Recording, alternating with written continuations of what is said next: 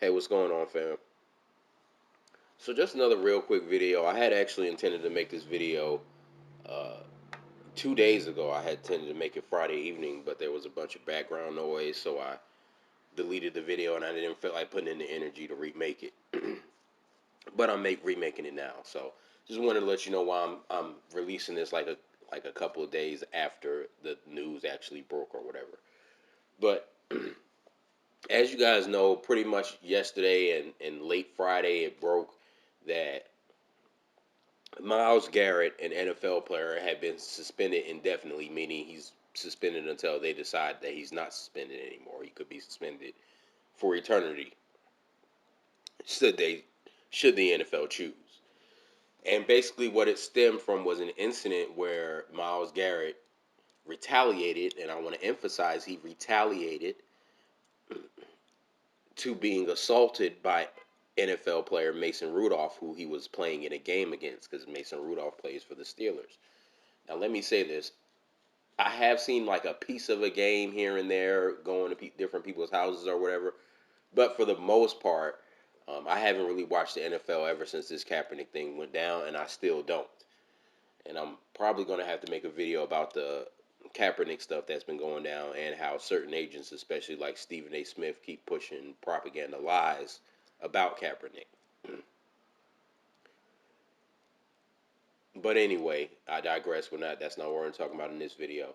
So Myles Garrett, he got suspended for retaliating, and before he even got suspended, a lot of black analysts in sports, they did their job. In sports media, they did their job. Stephen A. Smith, Booger Farland, Shannon Sharp, just a couple others I can't even think of their name, but you know they whether they're on ESPN or FS1, all the black football analysts for the most part came out and did their job, calling for maximum punishment for Myles Garrett, calling for no mercy on him, while not even acknowledging what Mason Rudolph did.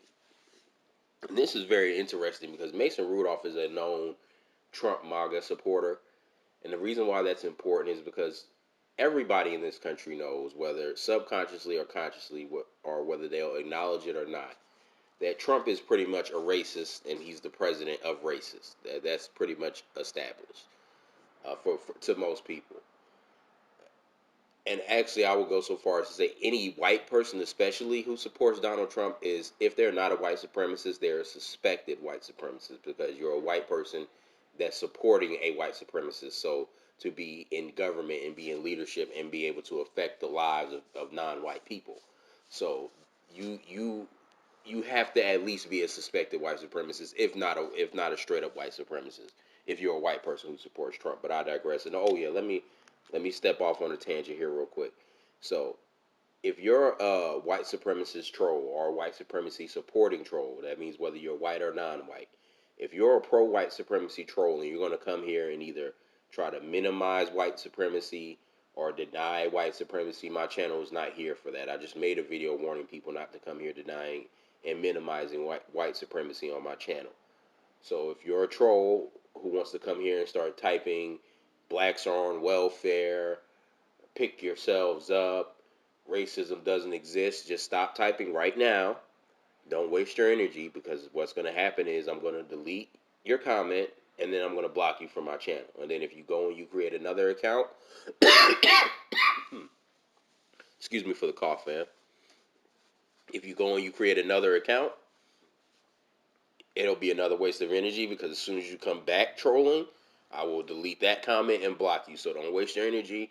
Don't waste your energy telling me about welfare, telling me to pick myself up, telling me to watch a link to some white supremacist YouTube video to find out the truth about black people with some doctored up crime stats. If you come with any of these typical troll tactics, white supremacy don't exist. Yes, there's white supremacy, but black people do this, this, and that's the real problem. Black people need better education. Any of that bullshit. Any of you come here talking any of that bullshit, I'm gonna delete your comment and block you. So don't waste your energy, because and sorry, fam, I had to make that little disclaimer slash warning because videos like this attract a lot of white supremacists. So if they listen long enough to this point before they started typing their comments, hopefully they got a fair warning not to waste their energy. But anyway, back to the topic. So, excuse me, that cough got my throat fucked up a little bit. Excuse me again, man, fam. But anyway, so yeah, sorry about that. Let's get back to the video. So, Myles Garrett is a MAGA supporting suspected white supremacists. So that stands out because that kind of further symbolizes how everything is set up to protect white supremacy and white supremacists.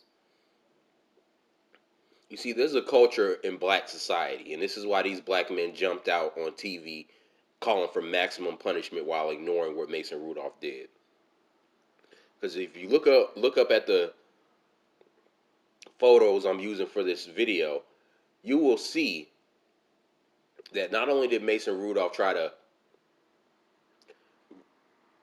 rip Myles Garrett's helmet off, which could have potentially broken his neck, but then he also tried to kick him did kick him in the groin with spiked cleats.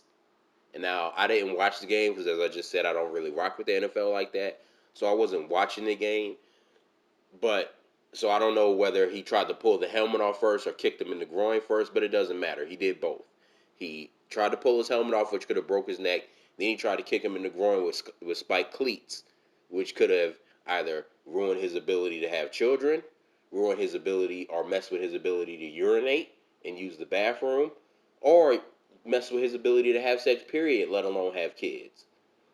Or done any combination of the three, or all three. And I don't want to hear anyone saying that's an overreaction. Clearly, that didn't happen. Blah blah blah.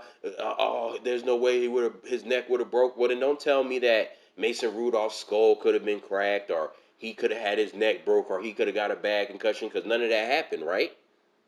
So if we're going to if we're going to base the results off what actually happened, then what Myles Garrett did wasn't that bad. But if we're going to go off what could have happened, then what Mason Rudolph did was just as bad. And when you have these black men get on TV and promote this maximum punishment for the black man and no little to no punishment for the white man, this is the same kind of culture and the same kind of mentality that white supremacy encourages and wants them to push, because this is the same kind of mentality that allows George Zimmerman to kill Trayvon Martin and walk away unpunished.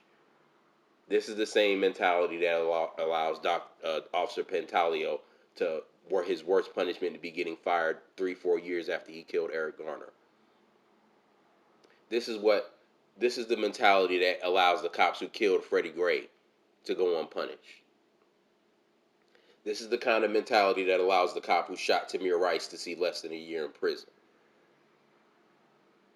This is the culture that they want flowing through every aspect of society. That black men, no matter what happened, black men are always savage brutes who deserve nothing more than to be killed and imprisoned. And white people are just victims of those savage brutes, no matter what provoking they did. This is also the MLK mentality that they push in our society. There's a reason why Martin Luther King has a holiday and Malcolm X doesn't. It's because white supremacy, who didn't like either Martin or Malcolm when they were alive, would rather promote black passivity over black self-respect and black dignity than a black man standing up for himself. Now notice, in school, when you learn about white men and white heroes, you learn about George Washington, you learn about Dwight D. Eisenhower, you learn about all these white men who went to war and used violence for freedom, and that's glorified and you're told that's okay because George Washington was fighting against oppressors. When we have 9/11, nobody says we're going to have a march and pray and forgive them, and we're going to spill blood in Selma for Osama bin Laden. No, we react with the full violence of the government. You see, when white people are victimized, them responding with violence is okay. Them responding with violence to either liberate themselves or just even enact self-defense, that's encouraged. But for black men, they point to MLK and Gandhi. That's why we learn about Martin Luther King in school, and we either don't learn about Malcolm X, or if we do learn about him, we're taught that he's a black racist who was just as bad as the white racists who were committing uh, copious and unlimited amounts of racial violence and oppression. If you retaliate or defend yourself in kind, you are just as bad as them. Now, of course, if America responds to a terrorist attack by bombing them tenfold than what they bombed America, they're not the same as the terrorists. They're not just as bad as the terrorists. But if a black person retaliates or makes a white man suffer the consequences of assaulting him or attacking his family or just or being violent towards him, now he's just as bad as the white guy who committed the white terrorist who initiated the violence. And again, that's why we get an MLK Day in school. It's not because white people like him. It's because he's a convenient tool for mind control